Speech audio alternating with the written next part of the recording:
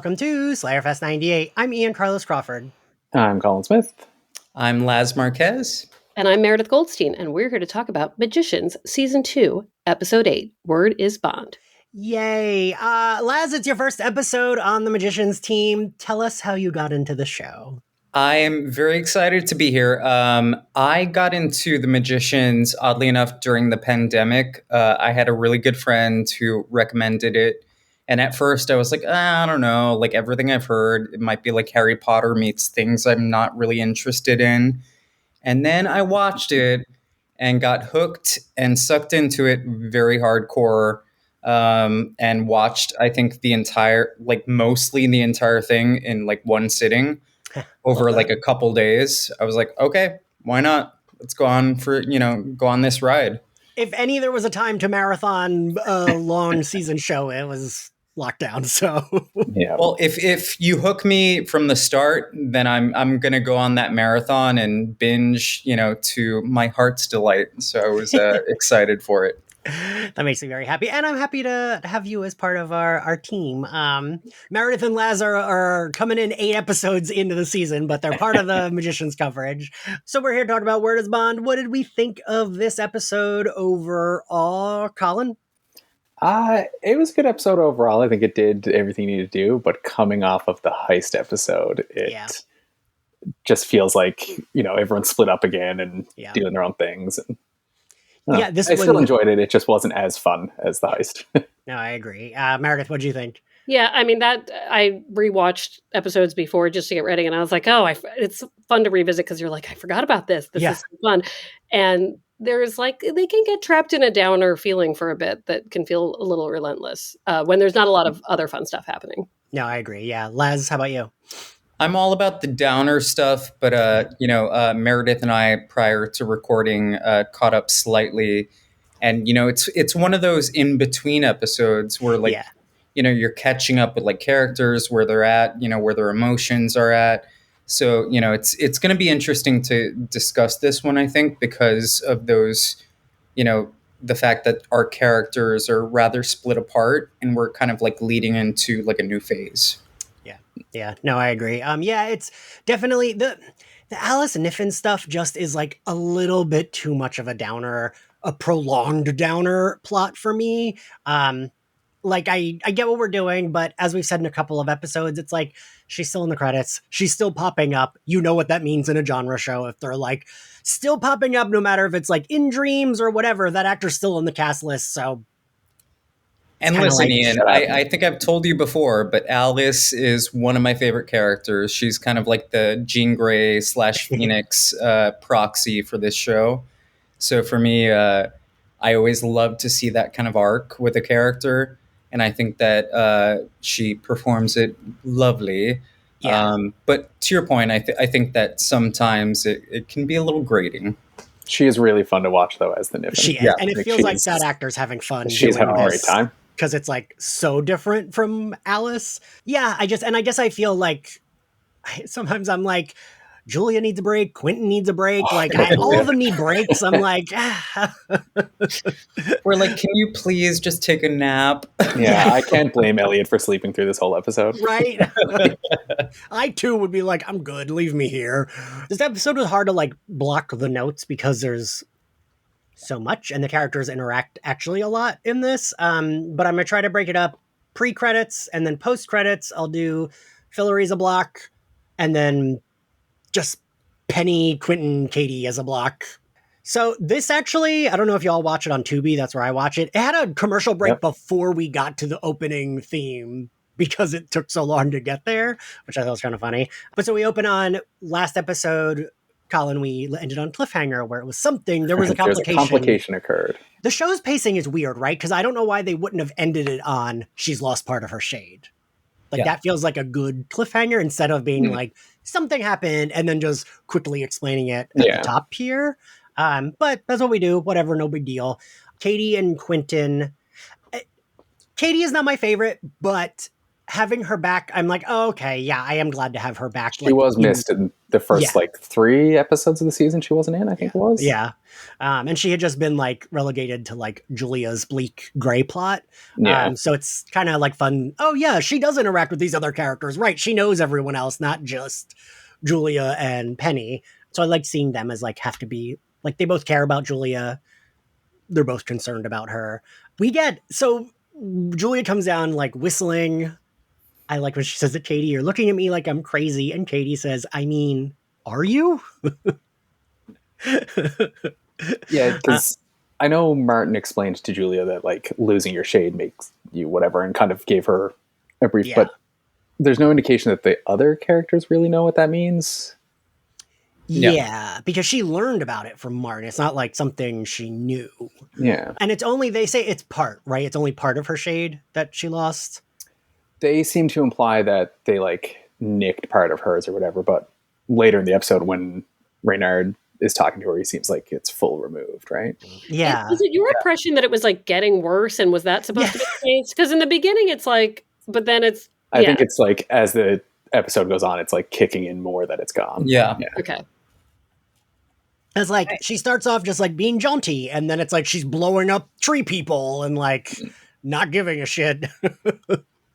Outside of the fact that I'm always distracted with Julia, particularly because she seems like a more palatable version of Jennifer Love Hewitt for me. So every time I look at her, I'm like, you're you're selling it for me. But I'm so distracted. But I like where they're going with her. I like how the actress portrays kind of that range of emotions. And I think we'll get there, but I really like in this episode what happens with her and Margot. I think maybe the big problem I have is now we're overlapping 2 storylines of 2 characters being completely different. And I'm like, all right, pick one to be very different and going all kind of evilly, and let's But I didn't know if that was super intentional, in that there are moments in this group of episodes where both Quentin and actually it's all him, where he has to say, I'm looking at my friend, is this my friend? I'm looking at this shell of a person I love, and here are the different ways. I by the end was is there a little of these people in there, and what does it, I don't know. It's I could see pick one or give me a third. And then it's a trend. I also read it, and I put it in my notes specifically. I feel all of the women in this episode represented kind of rage, female rage in a way, where the men are at their weakest points mostly. All the men are kind of at their lowest points, and it's the women, again, they're not their most healthy, but they are very powerful in their own different ways. That's and really I thought that was really interesting to me.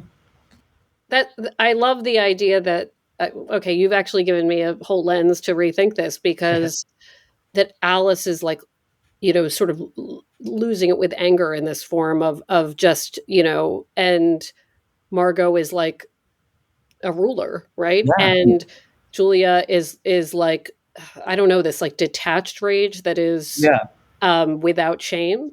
Yeah. I can see that. Yeah, I do like that interpretation. That is a way smarter interpretation than I'm they're just doing a lot of plot.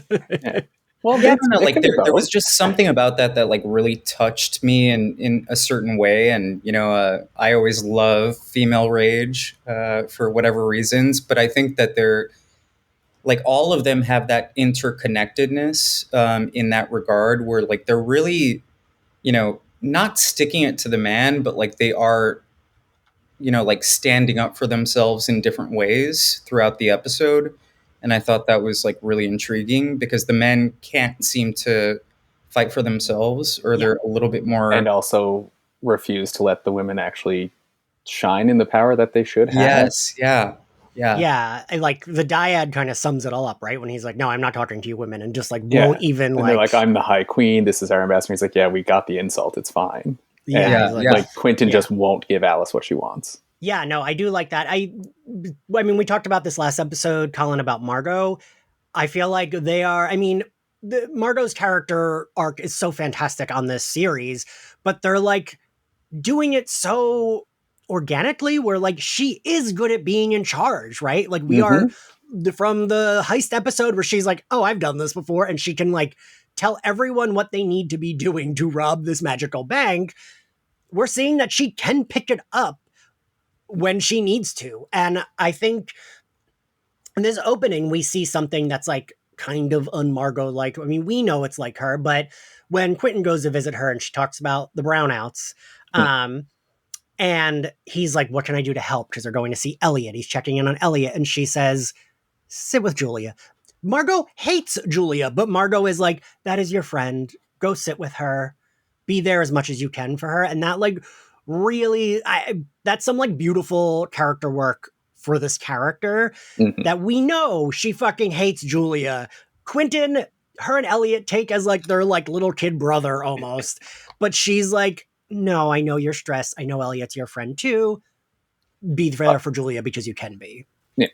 And there's nothing he can do in Fillory anyways at this point. So yeah. And the way her face also changes, I mean, that's because she's a good actor, but like her face softens, right? Because she's very severe when especially when she needs to be in charge, but like she immediately softens when she turns to him, her voice softens. It's a really lovely, like little moment of seeing like, yeah, she does care. She does care about what's going on, what's happening, these characters. Yeah. And I think that happens with any sort of kind of trauma, right? Like for her, she's so like strong-faced. She's so like able to have agency on her own, like, you know, expressions and who she is. But it's like with Elliot, you know, being in his condition and whatnot, like she's like, you know, like the cracks are starting to show, but it's also that humanity through those cracks. Yes, because she loves Elliot more than anyone else. Yeah. And like, I like being able to see that she is upset without him, but she can do the work. Like that's what we are learning, right? And so much of this pays off later that we're learning. Like I said this last episode too, Colin, but I feel like a lot of these like little moments, there's so many little things. They're very good at building things and calling back to things like as we get in future seasons that like this groundwork was laid. That like you don't necessarily have to 100% be catching, but when you do catch it, it makes it even more like gratifying. Yeah. So he goes back to break bills. He travels a lot in this opening. Goes back to break bills. Julia does a little magical door thing, found out about a baby up for adoption. They want to find the woman from 2 episodes ago's baby. She says Reynard doesn't give a shit. She steps out, and who does she encounter immediately, Laz? I don't know. Meredith, do you want to take this one? Wait, who is the... I don't think it's a trick question. It's not a trick, but isn't it? They're worried about Reynard. She says Reynard doesn't give a shit about us. Oh, he's right there is that what he's right there? He's right there at the picnic table that like Buffy drags that. It reminded me of the part where she drags Buffy. From earshot, that demon, the like yes, that's the earshot. She's in the park with the earshot demon. We do. I have to say, he scares me like hardcore. I don't know why, but like, you know, I shouldn't be worried after watching all these different horror films and whatnot. But like there's something about his presence. I'm like, nope, not today. It's such a great cast. Like the boyishness. Yes. Like he could be like retired boy band. Somebody like that. It's all very upsetting that I'm glad they didn't go for like more of a type of, you know, menacing. Like there's something about his face that is it shouldn't be like that. And then it is. Somebody like more physically imposing, right? You know, like. And that would have been the easy route to go because it's like, oh yeah, this guy's so big. But like, yeah, I feel like Meredith, that really like says what's creepy about it is like, this man looks nice and kind and does not fit the like evil rapist, murderer, whatever omnipotent god thing that we would picture. And that makes it a little creepier, I think. And he always has like a nice guy at work at first. And then you're like, oh no, I have judged this incorrectly. And he always has like a little bit of a smirk too. Like he's always like kind of happy when he's like when he attacks her, he's like loving that, right? Like he like grips her up, throws her into a tree. But I like what we learn about Julia is that with the shade being nicked or gone, she's not afraid of him at this point. I really appreciate how blank she is the whole time, and she's just like, okay, whatever. And he's like choking her against the tree, but I feel like he could have started like, stabbed her or something, and she still would have been like, whatever. So I like that. This is after the credits, but so we can go into it. Then he says, I know you're there. Quentin is behind the tree with the button, teleports Julia out. And what do we want to, let's do the break bills first. The fillery stuff is more fun, I feel like. So, he teleports to Fillery, blah, we'll get there. We see Penny in the library, which I did not know this plot came in already. Getting a book for Mayakovsky. The, search for things for Mayakovsky, I keep forgetting, because it's like, that was 3 episodes ago, and he's still collecting shit. Yeah. Mayakovsky's a dick and just keeps extending what he needs to do. Yeah. We check back in with the librarian, who we hadn't seen this season. I think she's great. I know. What was her name in Spider-Man 2? Like Olga or whatever? Olga something. Yeah. She's the neighbor. She was in something else recently that I saw, and I was like, I know this woman. And then I was like, aha, it's a librarian. Because she looked so different in this role because they give her like a weird retro 50s look, which I love. Meredith, wasn't it you that said last season that you do really like the way they dress her? Oh my gosh, yes. Like I in a rewatch have become obsessed. Yeah, like where I'm just so happy. Yeah. And I feel like if all of us meet up at some point, we should all dress up like her. Yes. Yeah. Why not? Right? I want to be dressed like Margot. Thank you. Oh, well. Fair enough. The librarian, I do like that she is like, working for a drunk is not that fulfilling, but you could work for us. And then he looks over the bananas contract. Yeah. Up to and after my death, up to 1 million years. Are you joking, lady? No. He says no. He uses Mayakovsky's library card. Then we go back to the Visitor Kids Cottage. We spend a lot of time there. This episode has a lot of scenes of research. Yes. Would maybe be like a negative, because I'm like, I don't know what we're researching anymore. Or research just ending, I guess, when we're getting through to the scenes. But I think at this point, we're still looking for the baby. Yeah. I think that's, but then later, Quentin is doing Niffin research, and Alice is doing Niffin research. Right, he's researching her research to see what she's doing. He's trying very hard, but she's emasculating him. Yes. What is it? He thinks Alice is trying to... I'm still a little unclear. I just watched this episode. Alice is trying to... So, yeah, I guess if we want to do the Niffin stuff first, when she first takes over his body and he comes to, she's researching priests that were trying to bring back their brother. So he thinks she's trying to undo being a Niffin. Okay. Which is what I guess he's like, well, I can help you with this if you want, but that's, we find out later, not what she's been doing. Yeah, because he mentions being unboxable, right? Yeah. I feel like I just don't know. I'm like, yeah, these are things they're saying, but yeah. I don't know. Meredith? This is where I get when I'm watching a Bourne Identity type of movie, and I'll be like, I don't really understand that, but it's spies.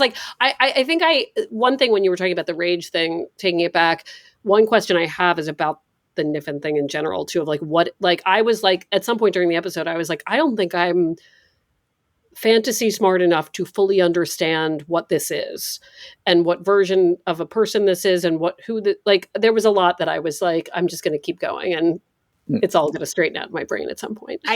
Meredith, I think that's where I am, because it's okay, if your shade going away, Buffy, we do it very easy. It's just you have a soul or you don't. And this, it's the shade is kind of your soul, but then also being a Niffin, you're kind of soulless, or yeah. The idea is that they've become basically a being of just pure magical essence. And so to go back to Laz's Jean Grey Phoenix, she's basically a cosmic entity at this point. Julia. No. Alice. Okay. Niffin. But, okay. But she's trapped in Quentin's body, so she can't explore the universe and do all the magic she wants. As that? Or is she... Like, does this represent like a crystallized? She would have all of her, like, I guess, memory and personality, but it kind of similar to the Shade that she doesn't have, we'll say, the care or conscience of who she has to hurt to get what she wants. I like that they call you. Yeah, I know, right? I love that they call the Julia thing the Shade, because I just, even the last time I was on, I was talking about, like, they just put her in J. Jill Newt, I'm like, her shade is the palette of Off-White. Gray.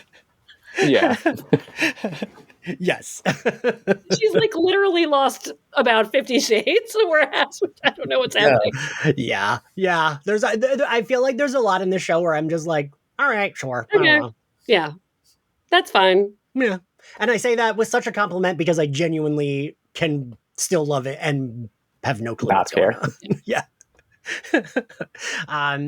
But then so I guess we'll talk about the Niffen stuff. They go to see, what is it? Like, why does he have to give her more time? I don't remember why he has to give her more time. Oh, there's a reason. They have, like, it's like an extra deal, right? Yeah, because it wasn't enough time for her to finish whatever she was researching, which is when he thinks he's trying to figure out how to reverse it. So conveniently, she has the answers he needs, so that she negotiates a better deal. Right. And then they end up in Dublin. Oh, yeah. Right. Yeah, they and they go see, I kept referring to him as evil priest demon, but he is a Niffen, right? He's also a Niffen. Yeah. But I don't understand what we're doing. I couldn't tell you why I get that he's free, but like, does she want to kill Quinn, or does she just want to, like... She wants to be out of Quentin and not be able to be boxed, because this priest figured out how to avoid being boxed up like her brother was. So it's both. Okay, it's both things. Okay. And he's basically saying to her, right, like, if you figure it out, then I'll tell you other stuff. Oh, yeah, he's fully like, if you can't get out of him, then I'm not going to help you, because you don't deserve it. Yeah. I have said this a lot this season, especially. I've noticed it, but the show loves to give a weird video game side quest that achieves nothing, that achieves absolutely nothing. And again, I still love the show, but like, they do that so often where it's like, no, I got to get the thing to do the thing to get to somewhere I need to go. When I get there, the magical thing I'm trying to contact is like, nope, can't. Bye, and then we start back over. And I think that's why this episode is so difficult to talk about, because like, it's a lot of like setting up like missions and like, different characters in different places at different times, and like, so it's like we're asking a lot of questions because like we don't really have them, because it's a lot of setup. Yeah, a lot of, because like, Alice goes to see the whatever demon that's in the sandbox and then has to kill it because it doesn't want to help her. And it's like, why did we take this detour? I don't know. Does that, I feel like you all probably feel the same way I do. Meredith, yeah. Yeah, but I don't, again, like the last thing, like, I don't mind. Like, when these things result in nothing, I'm like, well, that was a fun jaunt. I mean, if it is a fun journey, then I'm like, okay. And when I don't get it, I'm like, this is probably on me. And, I'm not that kind of watcher where I start poking, like, I'm just like, the vibes are good. And with this, I liked seeing a situation where the person in charge was like, no, you should be able to do it yourself. Because so often she, in whatever form she's in, is so knowledgeable. Yeah. She's usually the one. I mean, Penny even points it out, right? When he's like, how do you know how to do this? Like, Alice was the one that figured this shit out, not you, Quentin. And he's such the thing I did get a real big kick out of is that Quentin is a terrible liar, but Penny just doesn't care, right? Like, he's like, yeah, that's weird. Well, whatever. Like, if he pressed, he would probably figure it out. And I mean, they do by the end. But like, I just like that he's like, that was weird. I truly don't care. Stay blessed, Quentin. Goodbye. I think what's lovely though is that like a lot of these characters, because they're like so intrinsically in their own like journeys and like own minds about like different things, like they often don't always directly go to one another and like try to be like, hey, you're acting cuckoo bananas. Can we figure this out? Because you wouldn't have done that, and you're talking to a wall. Like, come on. Yeah, instead, Penny's like, you are acting that way. Don't tell me I don't care.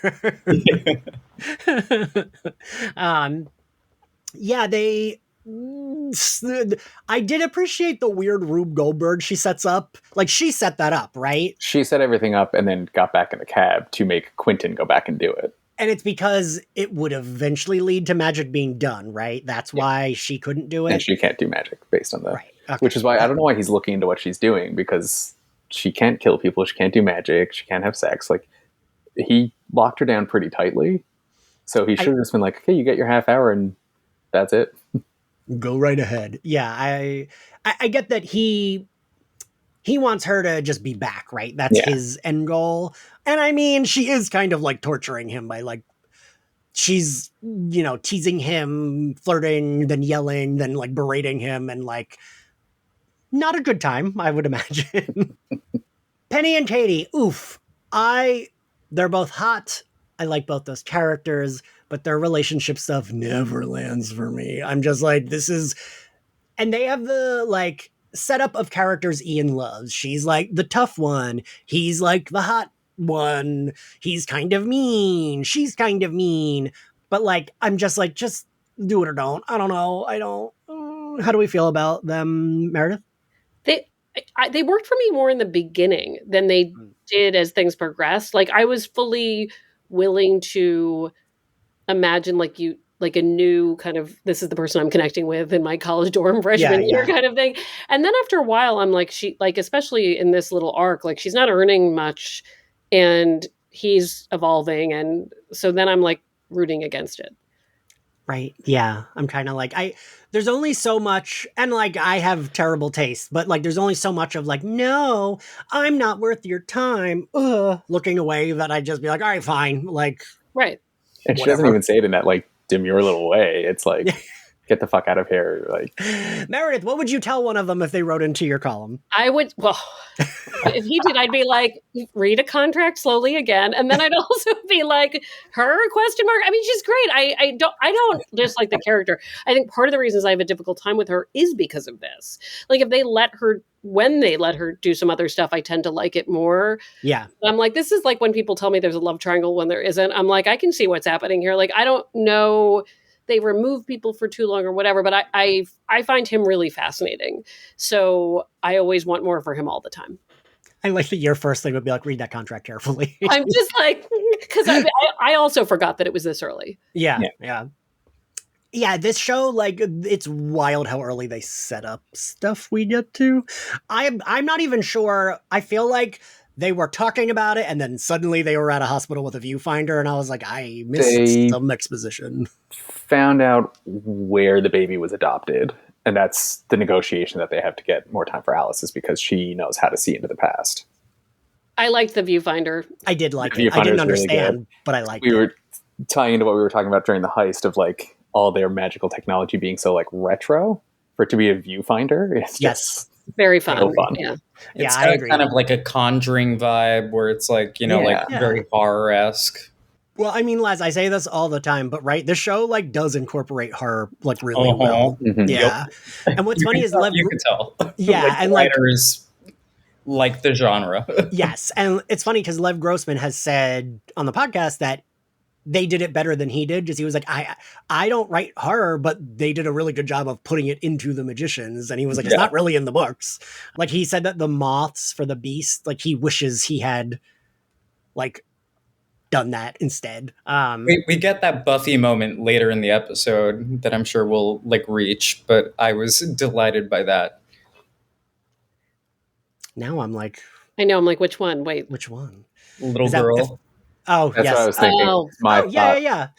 We talked about, I skimmed over that kind of. Double Meat Palace. Yes. Yeah, there's a moment where like Alice, in her, taking over Q, like has this conversation with this little girl, and she she's like, really? We ain't gonna do this today. I'm gonna turn into a like crazy monster demon. And Alice is like, okay, cool. Just kidding. You done. Yeah. I was like, great, I'll stab you. Okay. Yep. Yeah, that is, I mean, shit like that is, they do that really well. Yeah. so many shows when it's like, oh, that's very Buffy. The show did it poorly, where it's like a very watered down, charmed version of it. Yeah. Buffy. Sorry to all of our listeners who love Charmed. Take a shot. I said I didn't like Charmed again. I'll support you, Ian. I also, because, I'm loyal, to Buffy, but yeah. I get you. Yeah, I don't know. Is there anything else anyone wants to say about Alice and Q? It's just like this when we're concentrating so hard on like Katie and Penny and Quentin and Alice, I'm like, oh, this is so heterosexual, and like everyone's so angsty, and like I'm angsty, but like, ooh, come on, yeah, just gets a little. I do question, because I understand why Q might not want people to know Alice is inside him, but they never formally made a thing of like, you can't tell anyone, right? No, you're right. Okay. Because I don't understand why he isn't asking for help. Right. Yeah. I think it's just like, I don't even know. I feel like it's like he just is like, this is my thing. I will handle it. Or like maybe he feels like he's crazy and maybe it's not real. Who knows? But like I try and like plot twist in my own mind, during this episode. I'm like, come on, dude, like just talk to your friends. Yeah. I said this before, Colin, but right, that's lost. No one talks to anyone, and that's why every plot happens. Yeah. But it's just weird, like even before Penny actually goes in and sees her, when he first says like, you're acting weird, there's something going on with your mind, and she's like, he's talking about me, like shut this down. Yeah, like just like be like, yeah, Niff and Alice is living in my head. Weird. Right. Seems crazy. Katie and Penny, I don't know. Does anyone have anything to say? I have like literally he signs nothing. The contract and says he did it because he loves her, despite her saying, leave me alone and I'm not worth it. And she does not say it back, which I did not realize. She does not. No, isn't that when she like turns to the camera and is like, yes. Come on. I mean, if he told me he loved me, I'd do the same. I know, but also like emote, do a thing. Yes. You see the front of you like we can. Yeah. I do like that. Like, Katie is the one, right? I feel like Penny could take or leave all of them, but I like that Katie is the one that's like, no, Quentin, we know something's wrong, and we're the only friends you have right now, and knocks him out, and then tells Penny to go into his head, because Penny was not going to do this, right? Like, no, he was absolutely just kind of not. like, he did not weird care. shit. Yeah.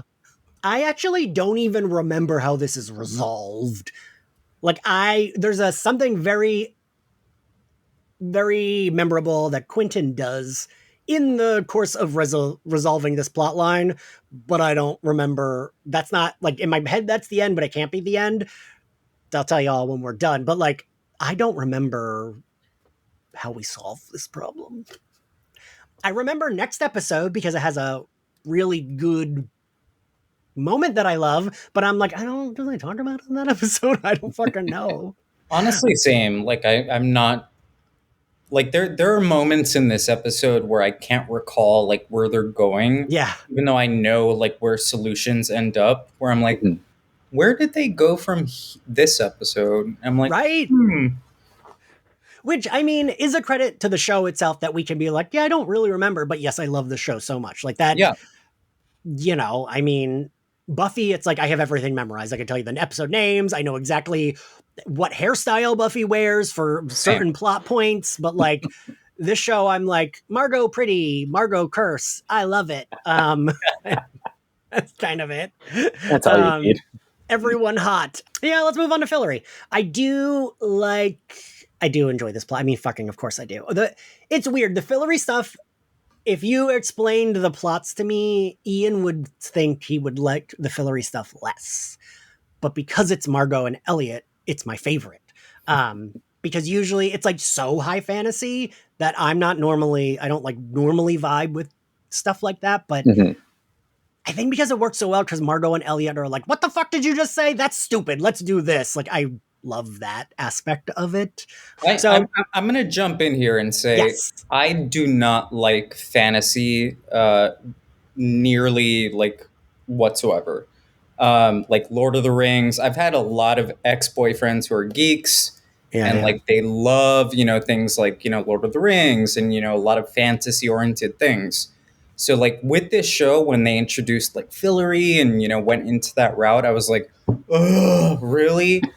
And like it actually made me appreciate fantasy in a way that I was surprised by, because it wasn't done in a way that I could sit there and be like, oh, if that makes any sort of sense, even though that wasn't like a proper word.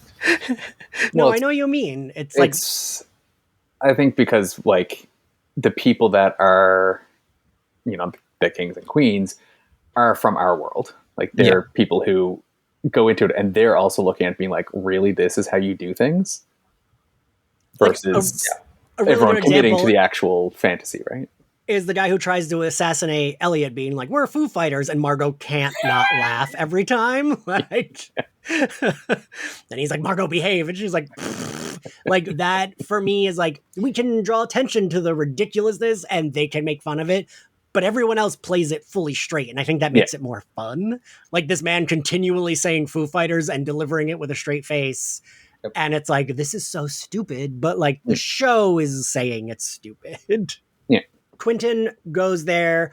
I really like that Margot, again, is not happy, but doesn't argue. And she's like, shake and stay here. Fine.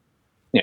Like, Meredith, what do you think? I mean, this whole, I am a fantasy girl, except for the fact that I don't, like, I'm not really a Lord of the Rings person because some people are making out, but it's not the point. But if you give me like high fantasy that's also like romance, I'm like, but I also don't expect to get it too. I'm like I don't understand. So I never expect to fully retain the rules. And any scene in Magicians where the people in Fillory are explaining the rules, some of which are such a great parallel to our world, some of which are not, I am very excited because the exposition is usually very funny. Margot's face is usually how I'm feeling, where it's like, what? Like, wait, explain that again. Mean? And I find that delightful. And if only you could have somebody in Lord of the Rings being like, what, you got to go to a mountain? Like, what? Like, I would like that. Ridiculous. So, yeah. If only, like, I don't know, Tom Bombadil was like, what the fuck did you just say I have to do? Yeah, right. Whereas watching this episode, I'm like, this is how I like it. Yeah. Yeah, no, 100%. And Margot, this is basically, it's almost like a day in the life of Margot as queen, right? She's got to do a lot of shit.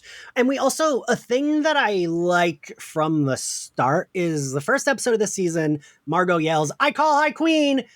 And it's not a character you think would take it seriously, but she very much takes the position seriously, right? Like, I feel like she understands that, like, other people whose lives that we're affecting by being in charge. And she's kind of learning as she goes along as well, but she is taking it seriously, which I do love to see.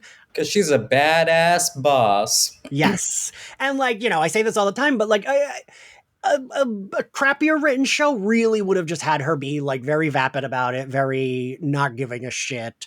And like, we find a perfect balance of she's still making jokes about it, but she does care. Right. And like, I don't know. Again, the Cordelia Chase's final form is Margot Hansen. Like, I was even thinking about that with like how in Angel season 2, when Cordelia goes to this like weird fantasy land and becomes the ruler for an episode. And I'm like, maybe I would have liked, I just like don't like that plot on Angel. I'm like, maybe I would have liked it more if we got to see Cordelia doing like in charge shit. Yeah. I also think there's something to be said about like the acting and like how like there are certain things beneath the surface, within that character that, if you're looking for it, you can see it. Yes. And like, I see that in her performance quite a bit. Oh, Laz, I said this in one of the last recordings. I feel like I'm wondering if you'll co-sign it or not. That there's a very specific way that Margot says fuck, and it reminds me of the way Gale Weathers says fuck. Yes. Like it's like a very harsh, like almost tight, kind of vocal utilization of fuck. And it works so well, right? Yes, I co-sign. Yeah, I figured you would. This is just Ian and Laz aggressively agreeing. Where are we? Oh, I do like Julia is kind of helping for a little bit. When she's like, oh yeah, the dyad. Oh yeah, the blah, blah, blah. Like, I'll go with you. And Margot... she's like, you can come along and look indignant. Yes, vaguely indignant. I do like that the look on Margot's face tells us she's annoyed, but she thinks the help is good. Like, she's like, I'm not happy about the fact that, yes, I'm going to bring you, but yeah, you're going to help and come with me, right? Yeah. Well, they're both Meredith, kind of doing that this episode of like, yes, I don't want to be here. I don't want you here with me, but this is going to get me what I want. So let's go. Yes. Meredith, I'm curious. What do you think of their dynamic? Yeah, she reminds me, Julia, of like a roommate you might have who's bad, like who like you bring to the bar and you know they're gonna like say something wrong, it's just Margot does so much like emotional labor and like babysitting in this episode. Yeah, and I like seeing people paired that have not had reason to be paired. So that's a nice moment. I mean, it gives Julia some levity. Yes, which she has not gotten desperately for. No, and it's just such like a fluid, smooth support that Margot gives. I think it's in the last episode, right? Of like, you are awful, but you don't deserve this, so let's do this and move. And so it transitions quite nicely into this, I think. I was going to bring that up, because I love that. Like, that's what I try to teach my students. That's what like the internet is devoid of. Where it's like, yes, two things can be true. I can think you're a stupid piece of shit and I hate you, but also you don't deserve this, so I'm going to help. Yeah, I love that. Yeah. And there's a weird underlying as well of like, whether it's toxic or not in this particular circumstance, but they are kind of at the beginning uplifting each other, right? Yeah. So Julia's making suggestions, to Margot that aren't bad. Right. Yeah. Obviously she messes things up, but it still kind of looks good on Margot, in terms of practicalities. So it's like all these women are having like really tough times and they're pissed and upset and dealing with a lot of stuff, but like they're still kind of working together in like certain ways, specifically Julia and Margot. And I thought that was kind of like nice until it wasn't. Yeah. Yes. I'd agree with that. When she goes to see, so they go to see the dyad, who is smoking hot. I have a this is my big note. So we're Charmed. So I have listened to LaToya's podcast about Charmed, and what's interesting is like they're often in rewatch podcasts like cultural references that are like maybe a few years older than me, or maybe I skew a few years old. And there is an actor that I have heard her mention before multiple times, and I don't know who it is. And I think I'm slightly too old to know. And when the credits opened, I was like, and the guy's name is Gray Damon. And it always sounds like a fictional name, right? I'm like, who's Gray Damon? It sounds like a CW character, not a... Yeah. So as I'm watching the opening credits, guess what actor's name shows up? And I'm like, oh my God, am I going to figure out... I could just Google it, by the way, but I've never done it. But I was like, and I think it's this guy. He does play the Dryad. He was in Friday Night Lights. So I've had a crush on him since then. so she'll talk about this, and I'm like, every time I'm like, well, I watched Friday Night Lights. I don't know who she's talking about. And she'll mention, oh, he's been on this, that. And as a listener, I'm like, this isn't my guy. I don't know. And then last night I was like, oh my God, this I'm gonna see him. This tree man is the dude. And then I was like, okay, I endorse everything I've heard. Wait, but on her podcast, what show are they talking? Because he's not in... When I tell you that she finds a way to bring this man up when he is not even on the show that she's... Like, I think she does a thing sometimes, and this could even be years ago, but it's been in my head. This was definitely like I'd listened to podcasts during lockdown. Sometimes people would say to her, what would be an alternative casting? It would have been better. And she will be like, well, it could be like a Gray Damon. And I'll be like, that's not a person. That's like a YA heartthrob I made up. But I was so excited because organically I found Gray Damon in the world of television and in the best, no reveals, but in the best outfit ever. I will never forget that name as long as I live because of you, Meredith. Yeah. We have to look LaToya thing. I mean, and whatever weird Narnia, like childhood, like I think if you're a certain person, you read and watch those movies and you have a Tumnus thing. Like, I grew up being like, and we all want to date this guy, right? And then other friends I know are like, I don't know what you're talking about. That's a you problem. So there's like a labyrinth, Tumnus, like overlap of this character falls into that for me, despite the horrible misogyny. Yeah, we can look past that if he just keeps his mouth shut. Yeah. He's like distractingly beautiful. Yeah. Yeah. And you know what? I think I can fix him. Laz, he's left in quite the situation for you to fix. Laz, do you have anything? It looked like you were like had stuff to add. I'm still trying to get through my laughter. I'm turning into Kristen Wiig and being like, oh my gosh. I have no words. Fair. So yeah, and his makeup's even almost silly. Like, it looks like it's on purpose because it's like, well, this man is so hot, we can't cover everything up. Like, just put a little on his face, but like, we're not gonna cover the face up or those eyes.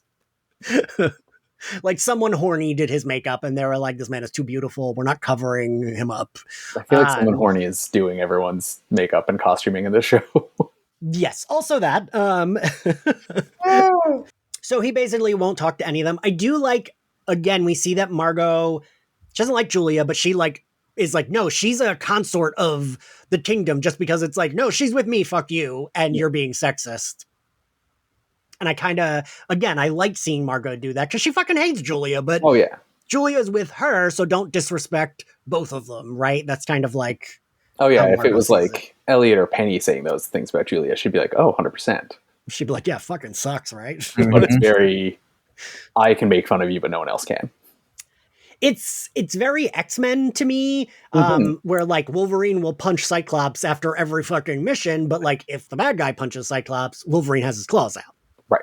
Margot goes to see Elliot, and I feel like this is one of Summer's first big like moments where they're like, okay, we're going to give you like capital A acting to do, because man, when she walks in there, she dismisses everyone, and then she just looks at Elliot. And the lines there, she says, I know that you have a constant low-key death wish, but you can't. They don't want me. They want the High King. I'm faking it, Elle. So if you could just please wake up. And like the quiver of her jaw and like the way her face changes really like got my feelings. I'm not going to lie. I teared up and I was like, oh, Margot, I love you so much. My cat died last weekend, so I cried upon my rewatch of that, because I think there's something so like honest, you know, like I've been very vocal on social media and stuff like that about my mom passing, and then, you know, like having to deal with death in a very different way, or the prospect of such. Yeah. You know, I think it's really, you know, like those are moments that you only really share with, you know, you and that person a lot of times. So like to see it on screen, you know, very similar to like certain Buffy episodes and whatnot. But with this one, I like Summer killed it. I was like, you know what? I'm like, this was a very simple scene in that regard. Like it wasn't overly done, but like I felt every single beat of it, because those are the things that like internal monologue when you're facing somebody who's sick and unresponsive. And it's, you know, it was tough to get through, but I was appreciative that they included it. Yeah. Not to be like too grim, but it kind of reminded me of when my mom like first got sick, and I was like, you can't leave me with these idiot men. Like, and like we both, that was the one time when she did cry, and like we held hands, and I was like, please don't leave me with these stupid men in our family. Like, I don't want to be left with them. And like, it just feels like so like real. And like Elliot is her family, right? Like Elliot, I love this friendship so much because they are soulmates in like such a different way. I think you've said this before, Meredith, too. Like they really are like, I don't know. I just, they love each other in such a different like level where it's like family, friends, comfortability. Like they are always can like, even when they fight, it's like they get mad, but they're fine. It's like they're fine in the next scene. There's no spoilers. There's a scene in season 5 when he is really awful and she says, you're pissing me off, so I'm going to leave you alone for a little bit. And that's the only that's her anger. She's fine after that. And I love that. Yeah, I thought a lot about what you said about the other plot line of and I guess they did do sort of a. I retract my first statement of give me 3 or 1, because there are 3 people who are removed from their beings in that sense. We do have 3. So, but what the fact that we know that an actress is in the credits, that Alice is going to be Alice, that we know this too, right? With this situation, but I don't know. It's that they're giving Margot the speech, that it's about someone lying down. It feels that it is, but I do think it's what they've already written and the performances and the power of that friendship that becomes so much more of a potential loss and just like missing each other than what Quentin is facing with Alice, which is, I don't know, it's a different vibe, but it is interesting that one feels like, okay, figure out how to get the Niffin, like, whereas this feels devastating, even though we know better about what's to come. Yes. Yeah. No, one feels slightly superficial versus like the other. It seems like he's like, I want my girlfriend back. Whereas it's like, like with Margot and Elliot, there's something deeper. There's something that they found that a lot of the other characters are looking for. And this idea when she says like, this may be something that represents what you want and your own like inner self, whereas like maybe the Alice thing does, and this is what I think I'd like to know, is this what's left of her in there and why does she want what she wants? But Ian, when you were like this straight part, like, yeah, maybe that's just like this, I want my girlfriend back, is really clear. Well, and I think it's because it's almost like the Margot stuff, it's like she's worried about Elliot. He is not dead. Alice, capital D, died and has been lingering for the season and is not being very kind. Is not like a fun presence. Like, I feel like it's like a haunting. It reminds me of like zombie movies when people are like, no, that's still mine. And I'm like, no, it's a zombie. What the fuck are you talking about? This is stupid. Like, it's a body. That's all it is. And that's, I think, to your point, Meredith, I think I just need to know a little bit more about the Niffin, because we met the brother and he also seemed evil. He did not seem... Speaking of Angel, there could be a way to do a Niffin thing like What's Her Face, where it's like, this is the body, it's now, looks like an X-Man. This is like very me right now forgetting names, but like Illyria, right? Yeah. Oh, yeah. Where like you're like, this is something else, but maybe something is still there where there's a piece that he's trying to say, but that's unclear. But the Margot spells it out. Yes. Yeah. And she just, again, we're seeing her vulnerability a lot more, and I love it. Julia goes to see, which I love that they have Margot at the top of the episode say like, oh, that bald guy with the wand. And Julia goes to see the bald guy with the wand. And you can see her in the background when Margot first talks to her. Like, she perks up because she sat on a table behind Margot.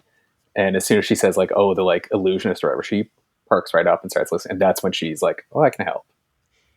I am, again, unclear on something. I know that she wants to be invisible to a god. Is she just promising not to put him in jail? Is that the thing she's promising him? Literally, we've captured you and I'll let you go if you do this for me. Okay. I was like, it felt like we were making a deal, but what was the deal? But okay, that makes more sense. He does a little cool looking thing with a stone, hands it to her. We're good. That's how she's going to be invisible. I also don't know what the box was. A bomb? But like, she says it. So when she talks to Margot, she says, I got what I wanted and helped you along the way. Yeah, because those seem like two very separate things. The like bald dude with the thing and the box blowing up. Yeah, the bald dude was just for her to get invisible to Reynard. The bomb was that she could take out the dryads and burn down the forest. So now Loria doesn't have a secret passage into Fillory. And they can just go over through the charred ashes of the... It wasn't like getting that stone helped her make the bomb. The bomb was just... No, that was incidental to the... Okay. That's what I was a little confused about, that, because then when she calls out the dryad, she's like, I can see you there. I was like, oh, so like it was the plan to have, but one did not compliment the other. No, they just happened it to be was at the just same time. Okay. Margot did me a solid, so I'm going to do her a solid in my own twisted way. Yeah, she really fucking kills all of them. She hands the hot guy a bomb and the woods blow up. Yep. Margot is not happy. She goes to yell at her, and she has the guards take Julia away, who I do like that she's just laughing. Julia really, it's just like, she's like, fucking really? This is what you're doing? Okay. I also forget about Julia. I'm like, oh, it was Alice that had the god powers. Because I'm like, doesn't Julia have god powers? She's just going to blow them. No, Alice has the god powers, or had them. No, it's my girl Alice who has Phoenix powers. Yes. Thank you very much.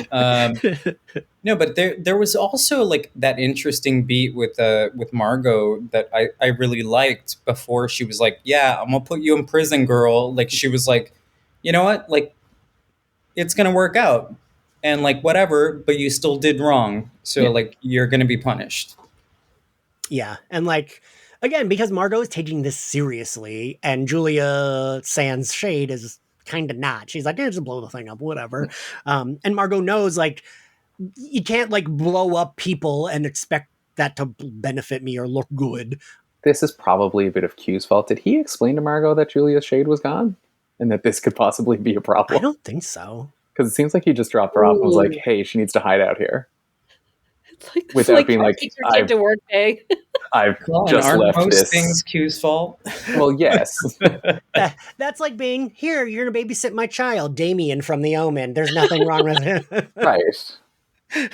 Like, I get they don't seem to have fully grasped what the shade gun is, but he clearly knows that Julia's acting recklessly and doesn't seem to want to bring that up. Yeah, so whatever. She has Julia thrown in the dungeon. We end on her. They're like doing the spell to bring Elliot back. The woman doing the spell is like, it didn't work, but, and Margot's like, get out. I love seeing Margot like console Fen when she's like, everything he promised to you, I am going to do. I am going to take care of you and keep him good on all his promises. And like, she means it, right? Like, she fully means it, and she does want to protect. She doesn't like Fen, but her like loyalty and love for Elliot by default makes her Fen part of her family, right? Yeah. Margot's a lot of things, but she's not a good liar. Yeah. She doesn't want to be. She doesn't have time for bullshit, right? Like, if she wasn't gonna, she'd be like, Fen, you're on your own. Bye. Like, that would be that. But I also feel like this serves as like a nice bonding moment for the two of them, because they haven't really gotten a moment. No, I think the last time they interacted prior to this was when Fen said she enjoyed watching Margot die. I was going to say, yeah. There's a lot of things said here that set up things that are like thinking about plots that come. I kept thinking of everything, even just the end of the season. And I like that Elliot wakes up and says, listen to High King Bambi. And he says, it looks like you got it all handled. And she says, I do, but it's more fun with you. I could fucking cry. I love them so much. I wrote that in my notes as well. That was part of my cry fest. I was like, stop saying lines I want to cry about. I'm like, I just love you both. Yeah, Meredith, what'd you think of that end? Oh my gosh, it's wonderful. I mean, this episode sneaks up on you, I think, a little bit. Even in talking about it, I'm like, oh yeah, like there is all there, it's a good Margot episode. It's a great Margot episode. Yeah. All right, well, we are at the end, so favorite outfit, Colin? Oh, it's gonna be the hot dryad. Fair. Meredith? Exactly. Laz? I'm gonna go with the team on this one. I agree. I appreciate y'all's choice. I have Margot wearing her like, you have to I don't know if it's a jumpsuit or just like but it's like very tight fitting, has like a belt, and then has like a, what do you call that sleeve? It's like kind of sheer, but then puffy at the end. I don't know what you call it. To be fair, like, they all look rather great. The stylist on this show like really makes sure everyone looks like, very good for their characters.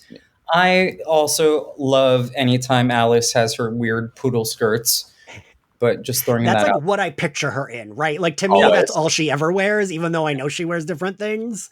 And like Meredith, I always think of you that one episode where they make fun of what Alice is wearing, and you were like, I love that outfit she's wearing. Yeah, no, that's right.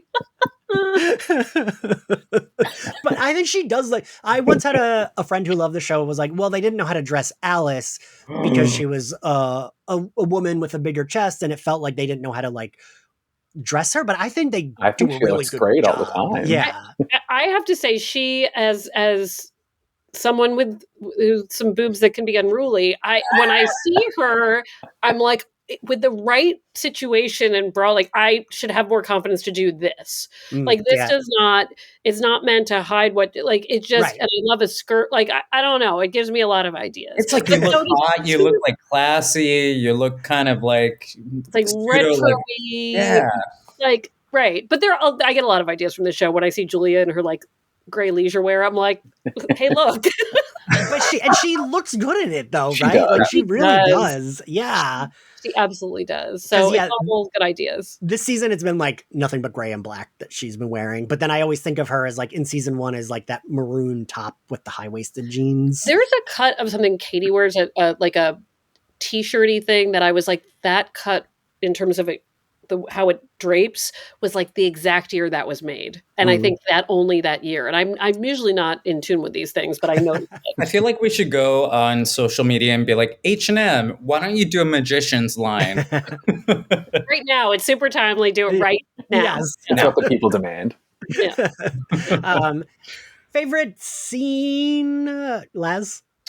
Definitely, I think Margot speaking to Elliot, that one hit me in the feels. And I already explained why. So, yeah. Meredith? I mean, this is wild to say, but when he comes out of the woods and you are confronted after so much break bills and so much real world that you remember the fillery of it all, I was really interested in the Julia Margot I had seen. Fair. Yeah. Colin? I'd probably also give it to Margot talking to Elliot. It's just such a beautiful moment for her. Same. Yeah. What grade do we give this episode, Meredith? I'm giving it a B, maybe even a B plus. I'm going to say a B plus. This one is such a solid Margot episode that like it's like, yes. I when I first saw it, I was like, I'm going to go a little bit more negative, but it's got a lot of stuff I love that sets up a lot to come. Yeah, that's true. Laz? I'm gonna go with like a very solid B. I could go for a B plus, but I think it's mostly because it's like a very set up episode. Not that anything didn't work for me or that I have like a lot of like comments. I just think it wasn't like an episode where I was like, oh my gosh, like fair. Colin? Also a B. I think same thing. Like it did everything it wanted, but I think I enjoyed it more talking about it than watching it. But same thing. It's because like I watched it right after the heist, talking about the heist. So it's Yeah, you all did bump me up from a C plus to a B minus. I will say that you did bump me up. Because it's like not a lot happens, but then like thinking about it, it's like, oh, but we are setting up a lot of things, and a lot of things come back to come. Yeah, a lot of what is to come is like starts in this episode here. Yeah, and I think to Meredith and Colin's point, like the more we spoke about it, the more I enjoyed it in a weird way, and that's saying a lot. I think speak to people or listen to podcasts like this because like it does help when you kind of like unpack certain things. Yeah, no, I agree. Well, thank you all for joining me. Thank you all for listening. If you like Slayerfest 98, you can find us on YouTube with all our video recordings. You can watch all our pretty faces, or you can listen to us on Spotify, Apple Podcasts, or anywhere else you get your podcasts. You can find us on social media at SlayerFestX98. If you want to support us, we are on Patreon. We're going through X-Men the Animated Series, Batman the Animated Series, and every episode of Buffy as it turns 25. I have a sex and relationship talk show with Zachary Patton Garcia called My Nudie Judy, and a lot of other bonus content. Any and all support is much appreciated. If you want to follow me, I'm at Ian X Carlos. Laz, where can everyone find you? You can find me on all social media platforms at Laz Marquez, LazMarquez.com and .com for my artwork.